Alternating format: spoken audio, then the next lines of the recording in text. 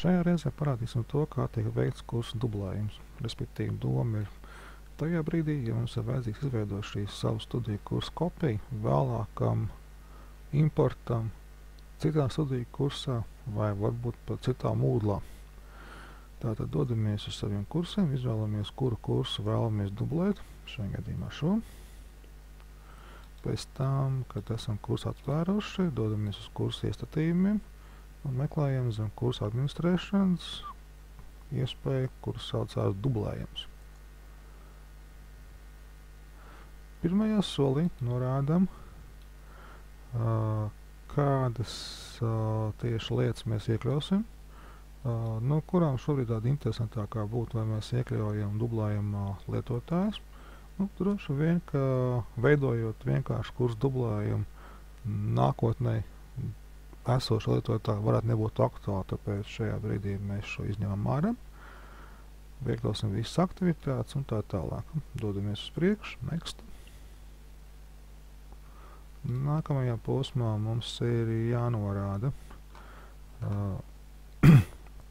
kuras tieši kursa daļas mēs vēlamies iekļaut. Šeit parādās visi faili, visas aktivitātes un tā tālāk, jebkas, ko mēs savā kursā esam atsevišķi pievienojuši.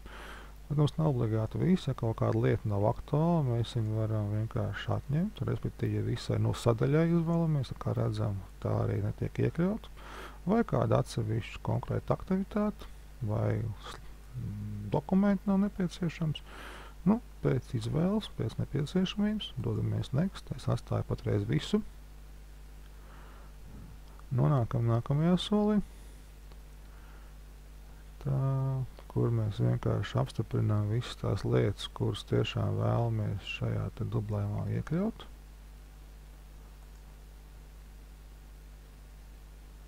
Un veidojam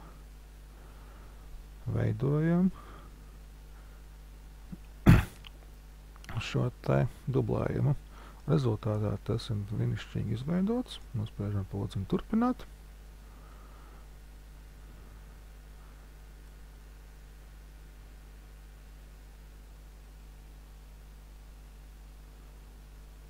Attiecīgi šajā brīdī, lūk, šeit mēs ieraugam šī kursa pēdējo dublējumu. Un, ja ir nepieciešams, mēs šo kursu šeit, šajā vietā lejuplādējam.